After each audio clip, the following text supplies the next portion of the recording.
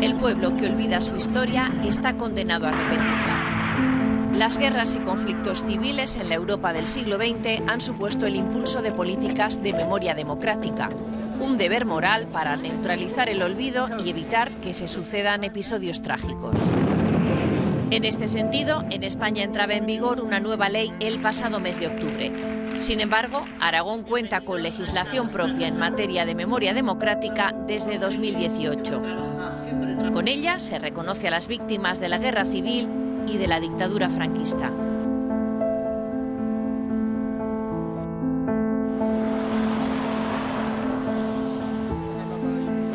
Vamos a ir plegando para allí. En esta fosa común se encuentran los cuerpos de 15 varones de distintas edades. Fueron enterrados el mismo día de su fusilamiento, el 29 de septiembre de 1936. Un sabotaje del bando antifranquista en la vía férrea entre Gurrea de Gállego y Zuera pudo ser el origen de la masacre. Y todo indica que fue un asesinato por sustitución. Al no encontrar a las personas que buscaban, se llevaron a sus hermanas, a sus padres, a sus madres. Y eso es lo que tenemos en esta fosa de 15 hombres y en la que esperamos poder hacer de 9 mujeres. Ahí lleva un mechero que ha conservado parte del tejido adherido. Llevan hebillas, pequeños botones.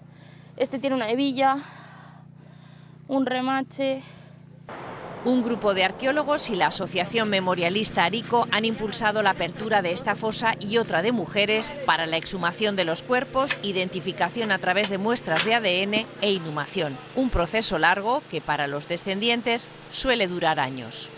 Hacemos un árbol genealógico para ver qué familiar es idóneo para la toma de muestra de ADN y comienza un proceso de comunicación continua en el que tienes que tenerles al día de cada cosa que va ocurriendo. Hemos conseguido una subvención, hoy les vas mandando fotos del proceso si quieren. Tenéis 3 bandejas con las iniciales. Vale. Voluntarios y familiares suelen acercarse. Luis Antonio es historiador y participó en la elaboración del mapa de fosas de Aragón. En estos terrenos tiene a sus abuelos. Ellos eran muy jóvenes, tenían poco más de 30 años cuando los mataron. Apenas pudieron vivir juntos 6 años, ¿no? Tenían 2 hijos muy pequeñitos y entonces dices, han estado separados 86 años, ¿no? Porque los mataron por separado y tal, y ahora por fin los vamos a poder reunir. Eso la verdad es que sí que me produce una emoción bastante honda. Vemos lo que pasa en otros países y nos rasgamos las vestiduras y en cambio lo tenemos en casa y es una cosa como que está allí escondida que no queremos que... Nos da vergüenza hablar de ello, pero esto se tenía que haber corregido no ahora, sino hacía a lo mejor pues muchos años más. Es un momento triste por verlos una vez descubiertos como están, ahora que sé que van a estar en un sitio decente. Las exhumaciones se suceden por todo el país.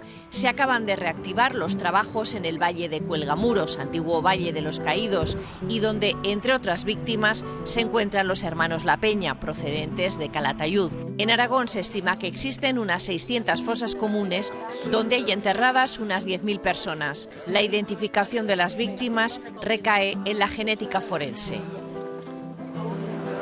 Esta es nuestra sala de secuenciación. Vemos diferentes equipos, pero este es el que es específico para la genética forense y nos permite aplicar la secuenciación masiva al estudio de los restos óseos. Es un sistema pionero y bueno, desde aquí de Aragón somos uno de los primeros laboratorios que está aplicando esa tecnología en toda Europa. Este laboratorio colabora con el Gobierno de Aragón para obtener los perfiles genéticos a través de la extracción del ADN, tanto de los restos óseos encontrados como de los familiares vivos. Entonces, bueno, ¿se puede obtener el ADN a partir de los restos óseos? Sí. Depende del resto óseo y depende también de la conservación. Con los familiares vivos el tiempo corre en contra por la avanzada edad de muchos de ellos. Se recomienda en la medida de lo posible descendientes directos para las pruebas. Y en el caso de las personas vivas, el ADN se obtiene normalmente a partir de muestras de saliva o de sangre y es un proceso muchísimo más sencillo que se puede llevar a cabo y que en principio siempre se obtiene un perfil completo y se encuentra todo el dato que se necesita.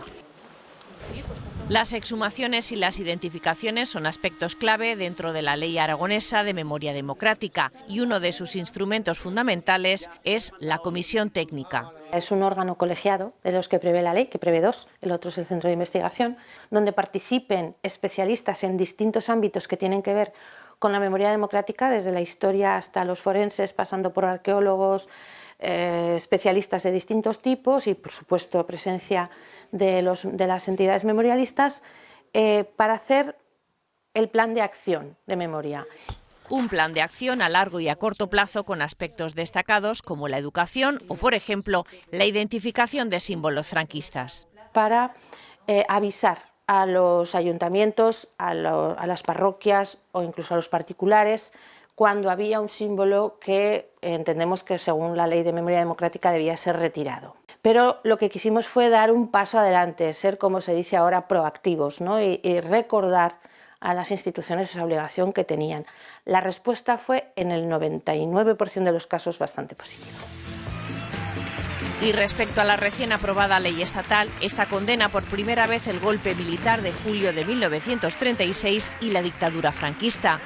Y bajo su paraguas se ha procedido a la exhumación del general golpista Queipo de Llano de la Basílica de la Macarena en Sevilla.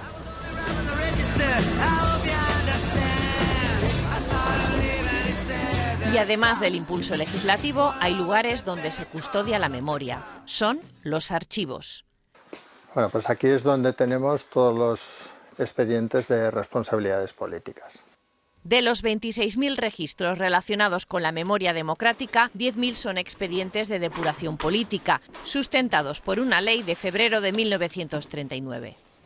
Lo que se pretendía era castigar a todos aquellos que se habían opuesto al movimiento nacional o que de alguna manera habían participado en la situación política que desencadenó la guerra civil.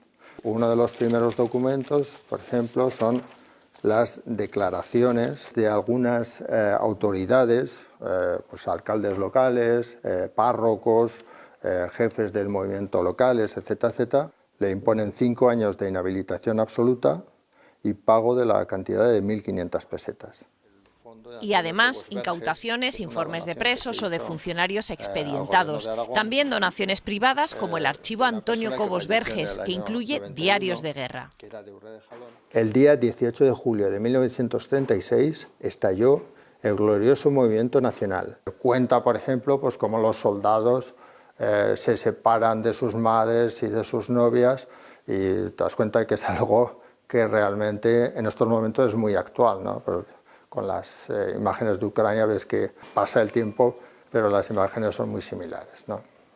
Pues hay también varios álbumes, de hecho, donde recoge fotografías que hace él mismo del frente de batalla o de situación de retaguardia, etcétera, etcétera.